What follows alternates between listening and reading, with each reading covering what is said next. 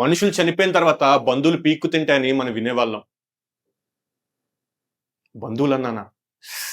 రాబందులు, రాబందులు 2 same features కదా. కానీ అవే vultures లేకపోవడం వలన 5 లక్షల మంది చనిపోయారని మీకు తెలుసా?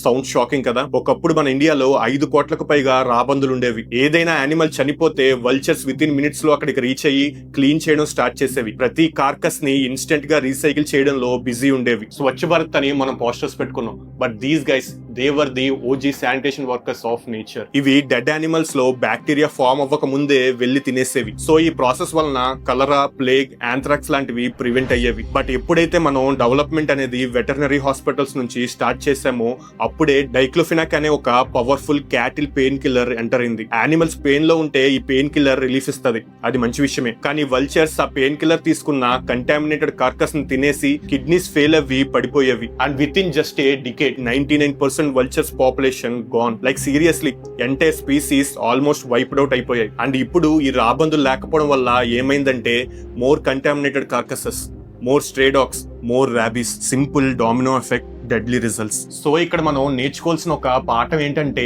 నేచర్ లో ప్రతి స్పీసీస్ కి కూడా ఒక పర్టికులర్ రోల్ ఉంటుంది. అందులో ఒక్కటి మిస్ అయినా కూడా టోటల్ ఎకో సిస్టమే కొలాప్స్ అవుతుంది. ఆల్రెడీ మనం డెవలప్మెంట్ అనే పేరుతో ఒక స్పీసీస్ ని అరేంజ్ చేసేస్తాం. ఇంకొన్ని అరేంజ్ అవ్వక ముందే వేకప్ అవ్వాల్సిన టైం వచ్చింది.